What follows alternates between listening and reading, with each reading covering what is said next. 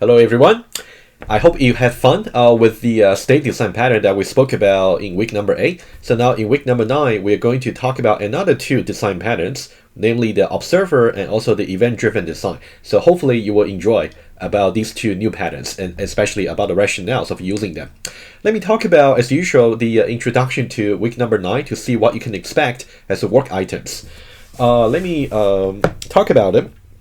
In terms of the lecture hours, still it's about 3 hours. In this week, it's about 4 or 5 minutes above the 3 hours. I hope that's still acceptable by you. And we can talk about different parts. You can think about there are three different designs that we're going to talk about this week. So first of all, we start with the motivating problem. So we are really trying to solve the distributed system problem in a restricted context, just about remote server versus clients or observers. And then we talk about three design. Design number 1, we're going to talk about that's more related to simply a very preemptive approach for remote procedure call, which is kind of not very efficient in terms of the network communication. You will see that as we discuss.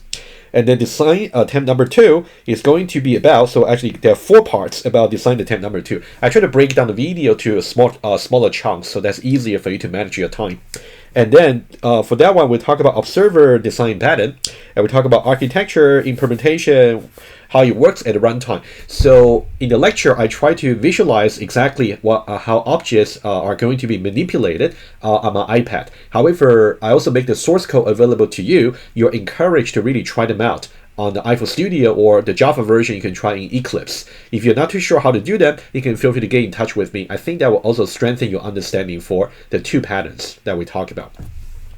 Okay, design attempt number 3 is going to be something called event-driven design.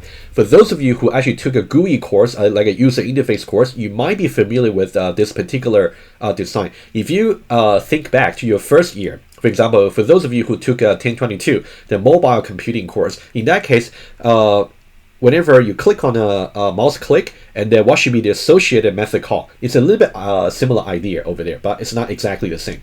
For those of you who took 1021 from the engineering side, when you took 1021, so let's say if you want to control, let's say maybe the lightening of some LED lights, in that case, it's also like event-driven kind of programming. But we try to talk about the design from scratch so that you can understand from scratch. Okay, and finally, we'll talk about basically how you can do the event-driven design both in Java versus iPhone to see how these two languages can be compared by achieving the same goal for the design. Okay, just for your learning. Okay, and as usual, I'm going to make available the the iPad notes template and also the annotated version if that helps you study.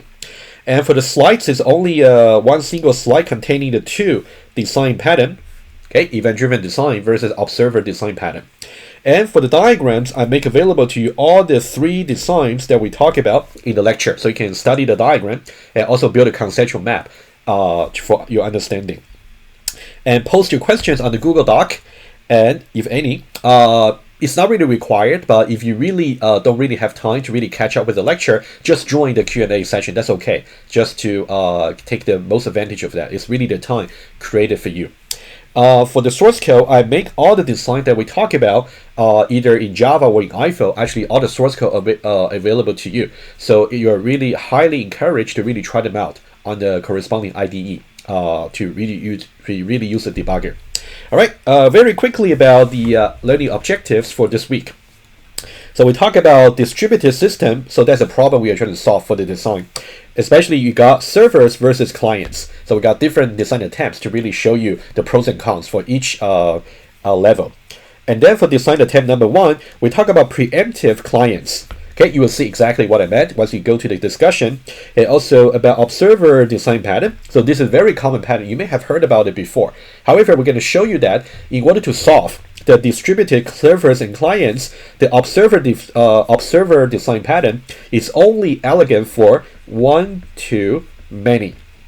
meaning that you only got one single subject but multiple servers, right? However, in the more general context where you got many to many, meaning that you have many subjects, many servers, and also many clients, in that case, observer design pattern is not as nice as to deal with the complexity at the runtime. So event-driven design is really the ultimate solution we would like you to learn, and also learn about its design level idea, and also how you can implement that in both Java and iPhone. Well, I want to show you both to get a flavor about how you can do event-driven design in different languages once you graduate from this course. So what will be the milestone for this week, for week number 9? So you definitely have to work on the project. The project has been released since last week already, right? And also you want to complete the quiz number 8 for the previous week's lecture. And also you want to start with a series for lecture for week number 9 about these two design patterns. Okay, so that's about what you can expect for this coming week. We are slowly moving towards the end of the course. We'll keep speaking about more design patterns, and then eventually we'll get into a very exciting topic about program verification. That's something to come in the final 2 weeks. Okay, stay tuned, and off you go and do your work.